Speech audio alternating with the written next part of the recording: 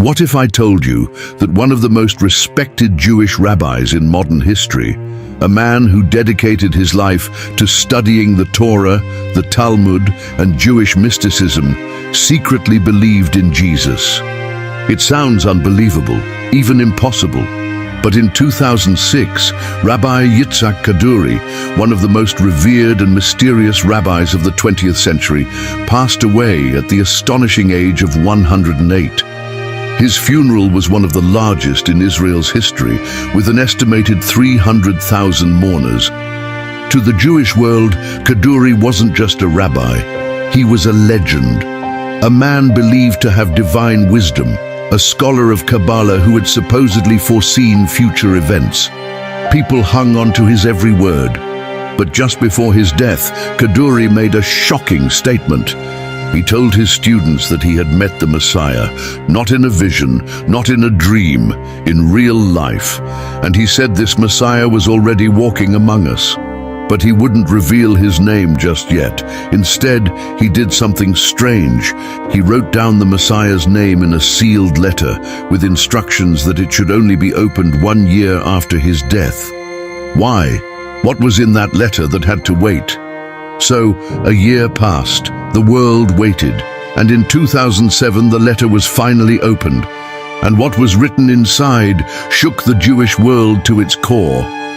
It contained a short Hebrew sentence, Yarim ha'am veyokiach shedvaro vetorato omdim. At first glance, the sentence seemed normal, just a vague statement about the Messiah. But when scholars looked closer, they noticed something strange. The first letter of each Hebrew word spelled out a name, Yehoshua, or in English, Jesus. This revelation was earth-shattering. Rabbi Kaduri, the most respected Jewish mystic of his time, had left behind a letter saying that the Messiah was Jesus Christ. The moment this was discovered, chaos erupted. Some celebrated, others were enraged. Many refused to believe it. But the letter was real. The question now was, what would they do with it? Obviously, when the letter was made public in 2007, the reaction was immediate and explosive. Jewish communities, religious leaders, and scholars were stunned. The idea that Rabbi Yitzhak Kaduri, the most revered Jewish mystic of the 20th century, had pointed to Jesus as the Messiah was unthinkable. Denial spread like wildfire. Many dismissed the letter as a hoax. They argued that it couldn't have come from Kaduri himself, claiming it was a forgery meant to discredit Judaism. Others took a different approach. They said the letter had been altered, that Kaduri's disciples or even Christians had tampered with it to spread their beliefs. But here's where things get even more mysterious. Some of Kaduri's own followers, people who had been close to him in his final days, came forward and confirmed that the rabbi had, in fact, spoken of Jesus. They claimed that in private conversations, Kaduri had begun describing the Messiah in ways that sounded eerily like Jesus of Nazareth. Even more shocking, he had allegedly told his students to study the New Testament, something almost unheard of for a rabbi of his stature.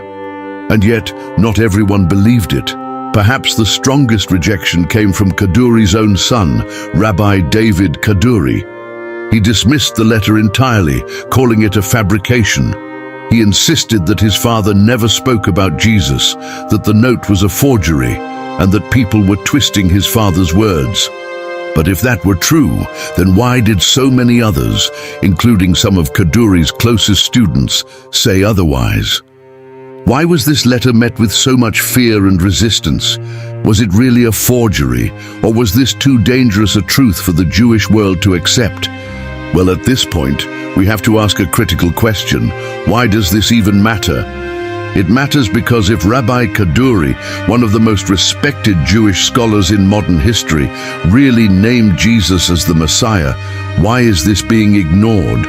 Why the denial? Why the outrage? Without doubt, it is because if Kaduri was right, then this changes everything. It means that for over 2,000 years, the Jewish people may have missed their own Messiah. It means that the figure they were waiting for, the one they expected to be a great political leader, was actually someone they had rejected all along. And it means that the prophecies written in their own scriptures, prophecies that were supposed to point them to the Messiah, have already been fulfilled. There are also 4 points why this matters. Messianic prophecies, second Kaduri's credibility, 3. Jesus' own words, 4. A sign of end times. Now let's discuss these points one by one. Number 1, the Messianic prophecies. Jesus isn't just a figure from Christian belief. He is, in fact, the fulfillment of ancient Jewish prophecies, prophecies that many in Judaism have overlooked or chosen to reinterpret. Take Isaiah 53, for example, a passage so controversial that in many Jewish synagogues it is never read aloud. He was despised and rejected by mankind, a man of suffering and familiar with pain. But he was pierced for our transgressions, he was crushed for our iniquities. The punishment that brought us peace was on him, and by his wounds we are healed. Isaiah 53 verse 3 and 5. Who else in history fits this description? Or Zechariah 12 verse 10, where God himself says, "They will look on me, the one they have pierced, and they will mourn for him as one mourns for an only child." Or Daniel 9 verse 25 to 26, which predicted that the Messiah would come before the destruction of the Second Temple in 70 AD, which means if the Messiah hasn't come yet, he's never coming. And yet, Jesus perfectly fulfills these prophecies. Could it be that Rabbi Kaduri realized this? Number 2, Kaduri's credibility. This wasn't just any rabbi. Kaduri had over a century of knowledge in the Torah, Talmud, and Jewish mysticism. He wasn't some fringe preacher. He was a giant in the Jewish world. If a rabbi of his stature pointed to Jesus, wouldn't that at least warrant a deeper investigation? Wouldn't people want to ask why, instead of trying to bury the truth? But here's the thing, Jesus himself predicted this reaction. Number 3, Jesus' own words. In Matthew 23 verse 39, Jesus made a startling prophecy. "You will not see me again until you say, 'Blessed is he who comes in the name of the Lord.'" In other words, Jesus foretold that the Jewish people would reject him, but one day they would finally recognize him. Could Rabbi Kaduri's revelation be a sign that this prophecy is unfolding right now? 4. A sign of the end times. Revelation 1 verse 7 makes it even clearer. "Behold, he is coming with clouds, and every eye will see him, even they who pierced him."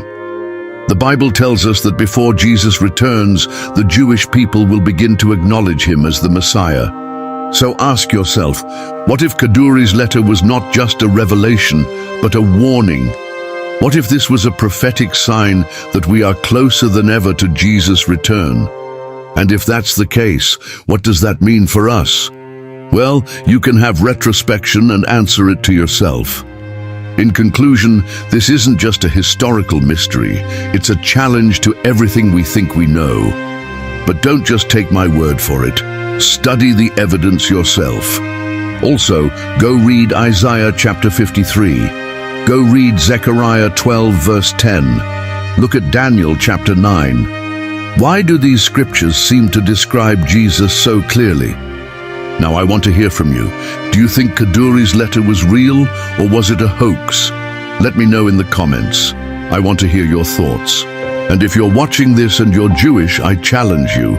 If Jesus is really the Messiah, if he really fulfilled the prophecies, what will you do with this truth?